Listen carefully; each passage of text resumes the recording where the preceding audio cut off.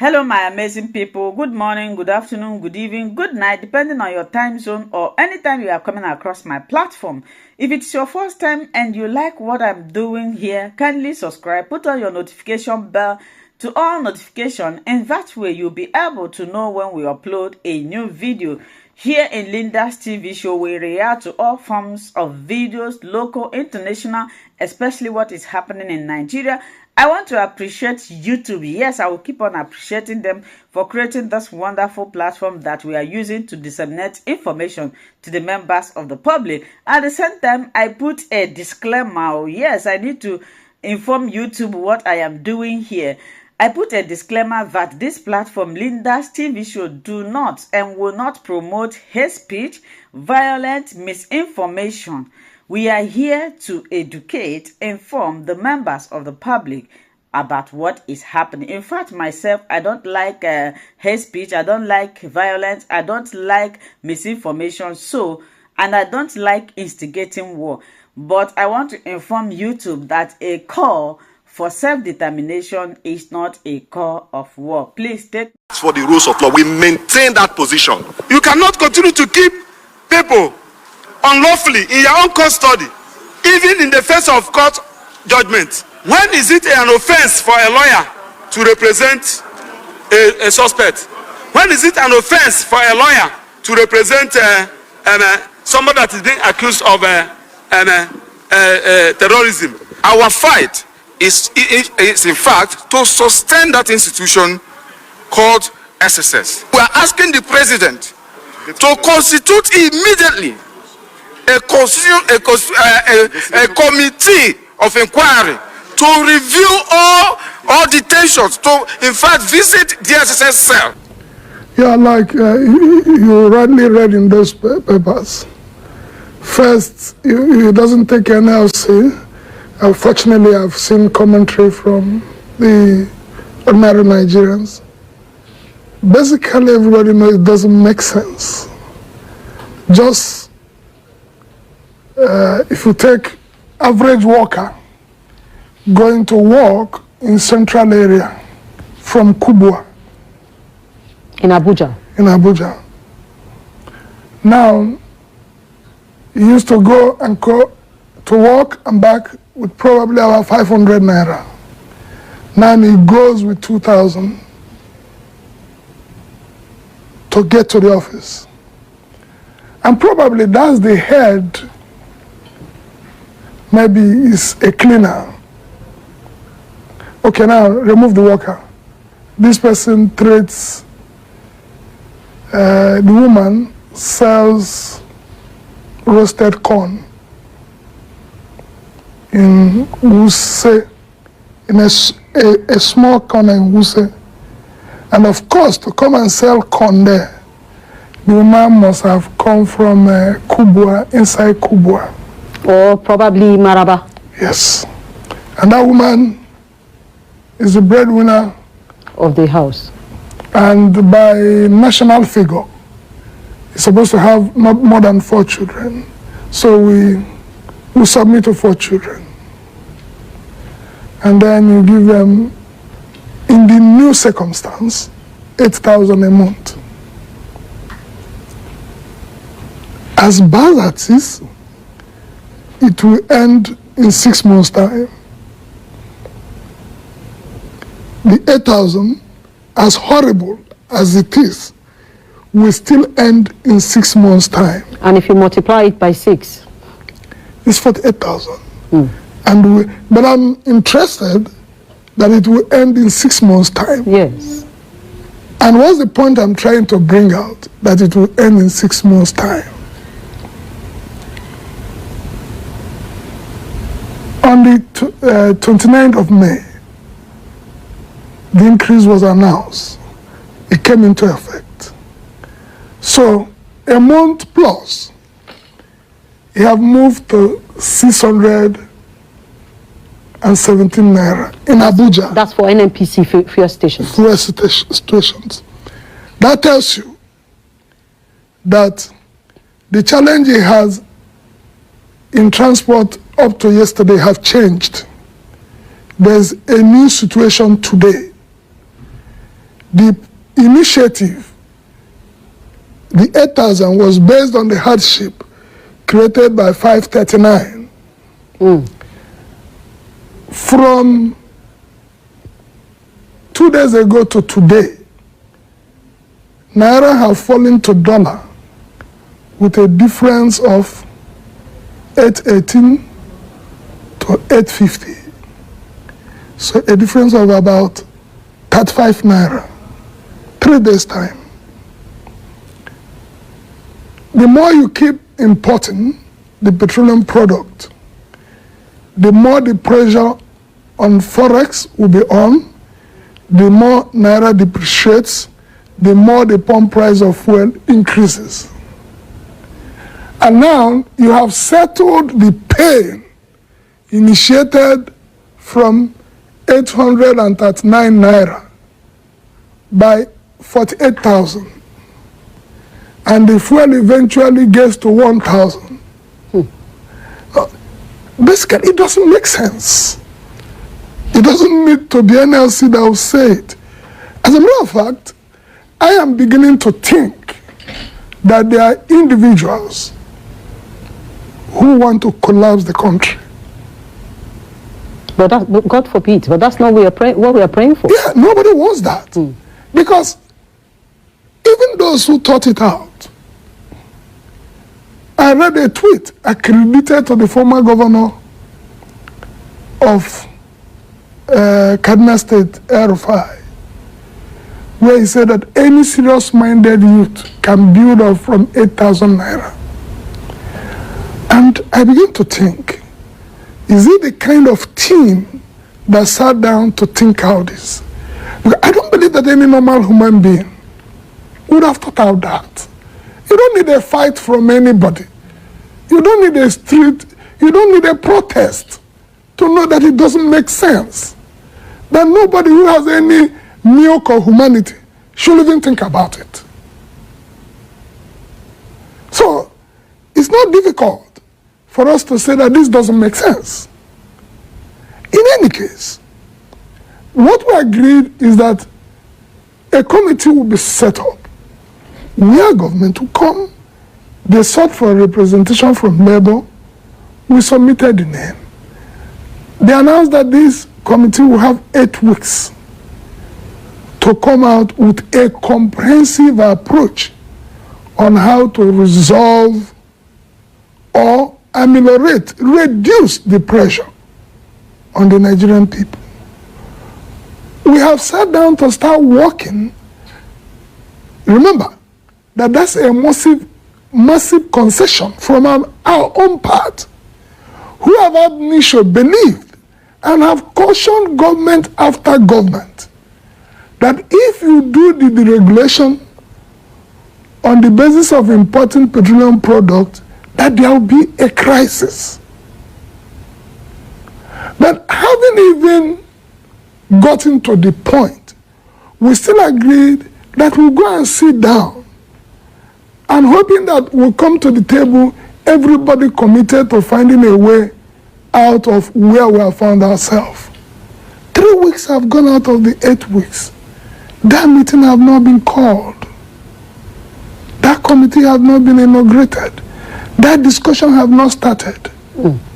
Of course, we are not surprised that the price moved up. It will continue. So but if you know that the price will continue to move, what is NLC doing about it? Because it seems now, is it affecting you as a worker? We've said so. That's the point I'm making. We have documented position, which is a simple thing, that if we go on what people shout, because people got carried away, oh, there is corruption in subsidy, end it, and all those, deregulate, those words that the Western countries use, because I see a huge challenge of intellectual laziness. People just jump on those words. No, the popular thing to do now is to do away with the regulation. Who does that now? There is a lot of fraud associated with it. Of course there is fraud associated with it, committed by few individuals, and government cannot deal with the few individuals, then every Nigerian will be punished for irresponsibility of few individuals. Does it make sense? Because you don't need anybody to tell you that if you have to import petroleum product, refined product, first challenge, you will need a whole lot of foreign exchange to import. Automatically, that will put pressure on the naira, on the scarce foreign exchange. Then naira will go down. The reverse effect is that by the time there is pressure and the cost of foreign currency have gone high, the imported product will go high. So you'll be determined by the purchasing power of your naira against the dollar. So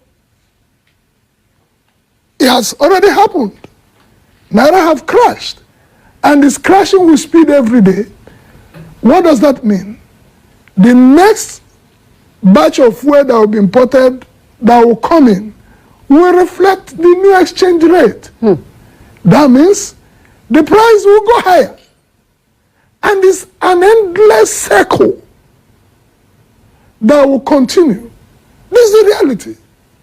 And that was why we said, get the refineries working. Okay. If those refining in Nigeria decide to sell at the international price, so be it. One thing will happen. There will not be so much pressure on Forex. Thereby, the price will not be crazy. But even at that, while you are refining the product in Nigeria, it means many Nigerians will be employed. So you have many more people who has financial capacity, which they will invest in the society and will help the reflation of the economy. But here, a simple analogy. Our parents, or we parents, cultivate cassava. And after harvesting, I will carry on my cassava and sell to Ijoma. Okay. And Ijoma does gari. And me and my family come to buy gari at the currency you use. Oh no. That's the situation. But that's what's now. going on. So what's going on with our refineries? Because you mentioned the refineries. That's exactly what's going on. But as NSA asked the government on what is the level of the Nigerian refinery, because they are comatose now. Let me call your mind back. Yeah. Before the immediate past regime, we met with government for almost 6 months on trying to find a way which led to the past administration, because people are here all sorts of political in not increasing. We said, look, we are not accepting your so-called in the regulation, which simply means importing of petroleum products. That's what it means right now. Because right now, I don't know anything about the regulation. The sole importer is still NNPC. Those are the only people that are still importing petroleum. So what is the deregulation there? But shouldn't governments make it a priority to ensure that our refineries are working? Even during that discussion, the NNPC GMD showed that he wasn't interested. In making those refineries to work. So it was after much argument, they said, okay, because, you know, I was part of those who used to think and buy the argument, oh, our refineries is old, you can't keep doing that. Until we, the NLC, invited, interestingly, Nigerians, professionals and professors in oil industry in Texas, and had a meeting with them for 2 weeks, locked ourselves 2 weeks. We came to understand that our refinery definitely is even very young. There are refineries in the world functioning that are already 100 years old. And they broke it down, and it was simple to understand. that you have a Toyota Corolla 2000 model. If you go to the mechanic village in Abuja and give them money, they'll get new parts of 2012 model and get you out a 2012 model Corolla by rehabilitating it. So we agreed that the refineries need rehabilitation. Okay, but not turnaround maintenance. Okay, let's go back. And they promised they would do so. They will do so. Okay, but let's go back to the Obasanjo option. You know, Obasanjo talked about selling the refineries to private individuals. Is outright sale of that Nigerian refinery that since government feels that working on that refinery may not be possible, can't they sell it to private institutions? Now that's very interesting. This theory would have been easily bought, and people would have easily gone away with it and feel that Labour people are high-handed and that they don't want things to work. We have sold so many things. Which one was revamped when the individuals got it? Some of the things the individual got, they broke down the parts and sold it. Those individuals, we will dash them, not even selling. The way we dashed our electricity structure to few individuals. Because the money we even sold to them cannot even buy the lands at the cost they are now, where they are. That some individuals want to take over this and will sell it, even in parts, and import petroleum products.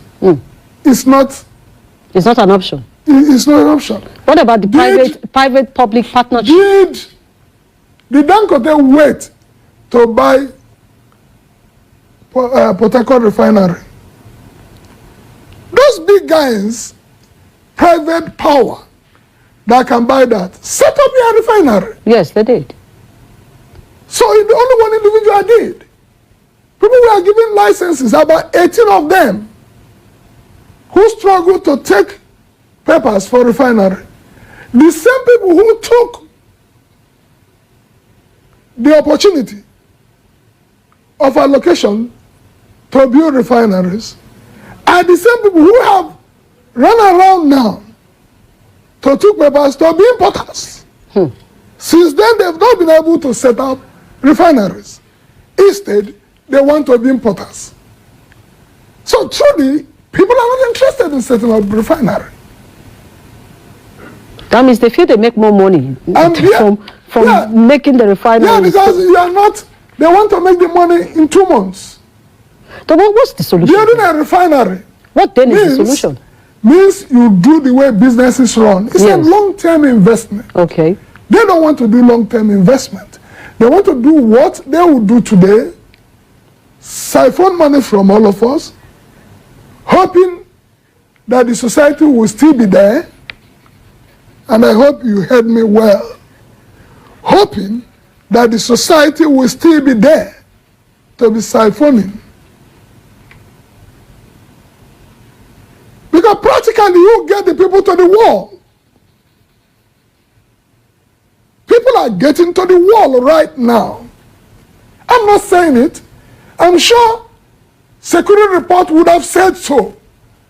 If there is any genuine security report, that report will tell those in leadership that people are on the wall now, and some things need to be done, and done urgently. But the people lost confidence in NLC because they feel that NLC is... It's not about people losing confidence in NLC. After all, when the NLC started talking about don't do this increment, you are aware that even in your media, people came in here to accuse the NLC of being partisan. We didn't bother because those will not resolve the issue.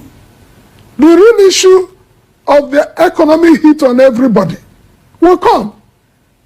Any person who wants to enjoy him or herself of wishing to attack NLC is not facing the real issue. Attacking the NLC does not resolve the fact that it is not sustainable for people to pay the transport fare they are paying now. It is not sustainable for the level of increase in the cost of food.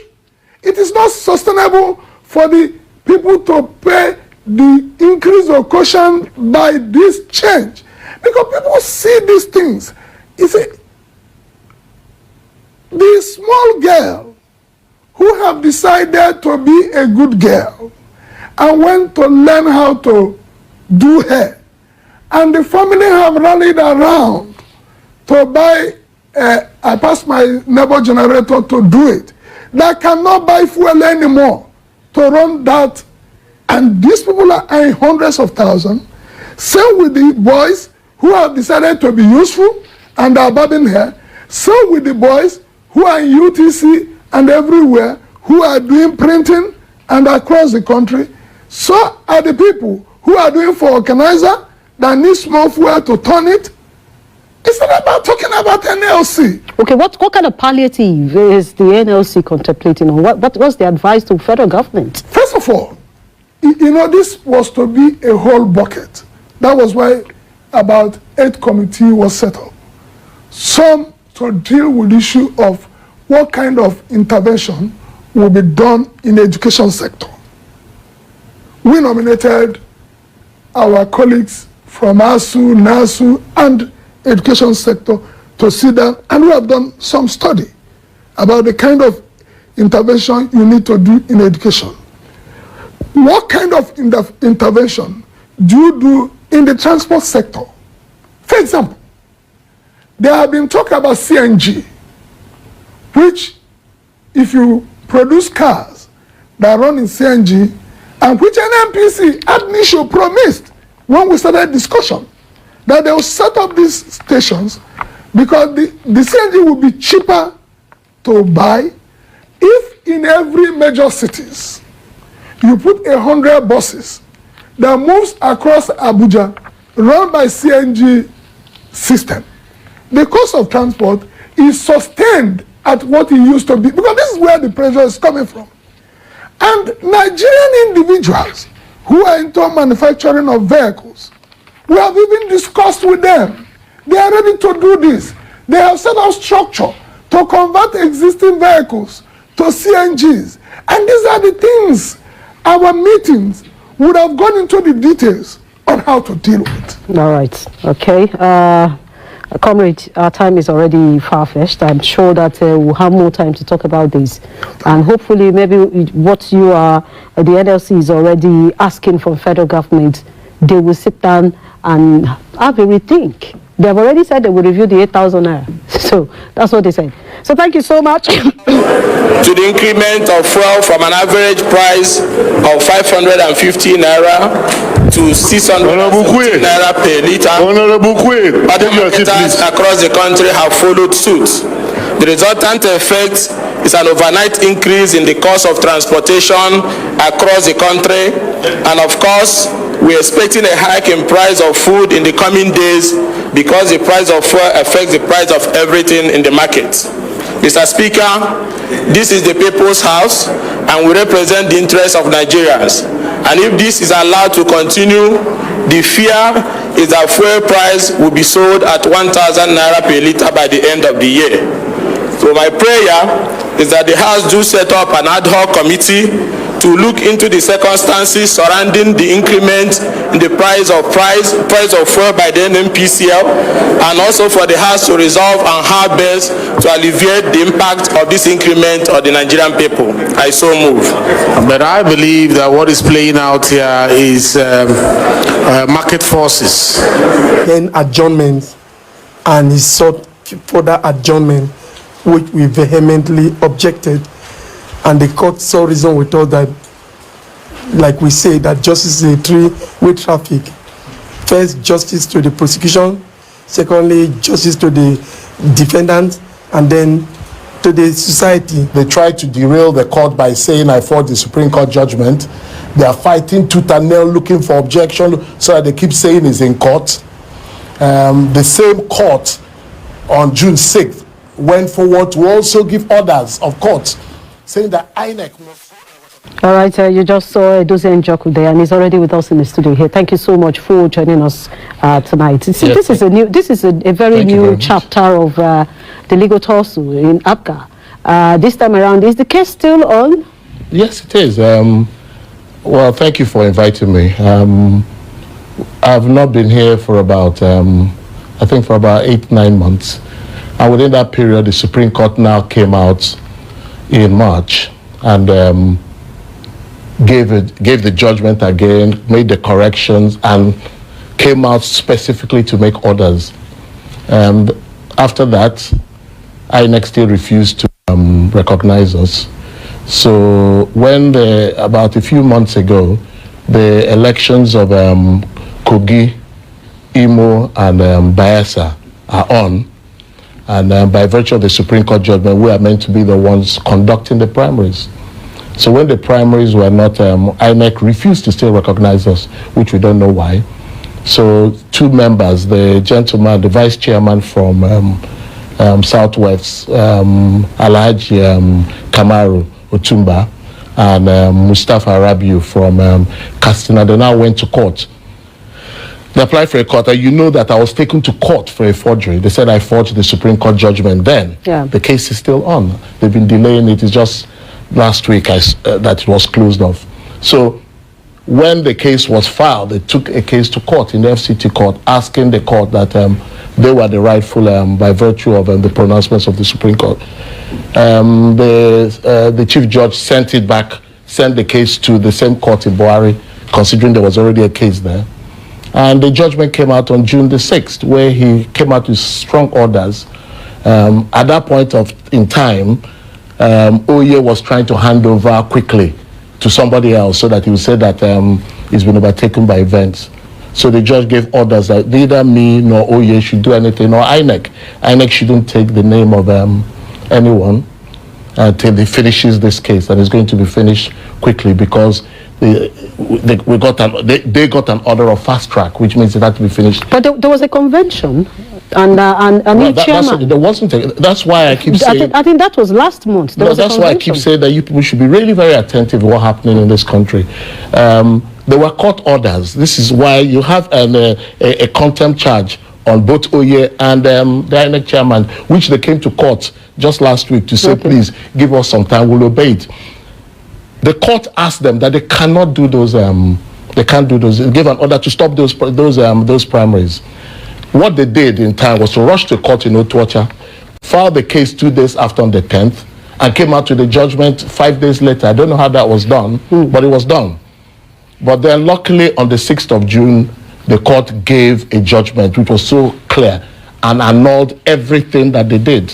It said that everything they did, that Oye is not meant to have been there by virtue of the Supreme Court judgment, and also went further to also say that everything they did, they must undo it, because we filed from 48 and from 49, and we're now at the what do you call it, contempt stage of it, where they will be jailed if they don't purge themselves of those breaking of those court orders. So silently, the case has been moving very, very well. So what you're saying now is that at the moment, no national chairman for APGA. No, because I was informed that, in fact, we even saw the video, not just informed. Well, let me explain to you. Not quite. On the 5th of May, before then in April, you know, there were 2 conventions. As one says Oka, one is Owerri. The side of the Owerri convention, which is the side that I'm leading, we wrote a letter to INEC sometime in April and told them we're having a NEC meeting on the 5th of May. On the 5th of May, we had an extension of all the... To this year? Yeah, a year's extension. Yes. 5th of May, we had an extension of 1 year because the tenure was meant to have ended on the 7th of June. So we got an extension for a year, wrote to INEC, INEC minuted it off, and we asked them to come on the 5th. On the 3rd, again, we wrote them through a recorded delivery, through DHL, reminding them again of our NEC meeting on the 5th, which we know they got because they minuted on it around to talk about. So we have an extension of 1 year. And the wonderful thing about that is that the mere fact that Oye, there was a what do you call it? There was a court order stopping everything that Oye was meant to do. There was a court order stopping it. And secondly, that so-called convention they did has been annulled by a court. Everything to do with the... So who is the national chairman now? I'm the national chairman. I'm just trying to go into INEC website. It's still to see. It's still not there. It's still up there. Your name is my name is never. INEC has never put my name there, but that's why they are now on a contempt charge. That he has to come back on the 11th of September to answer to that question. Why is... Because the court gave an order that he should recognize me. They are now asking, why is he not obeying the Supreme Court judgment? We'll now see how that goes. They are boasting that they've gone to the Court of Appeal, and the Court of Appeal are going to remove the case before that time. But that's... They've been doing these things for 4 years, and gradually we're coming to the end of it.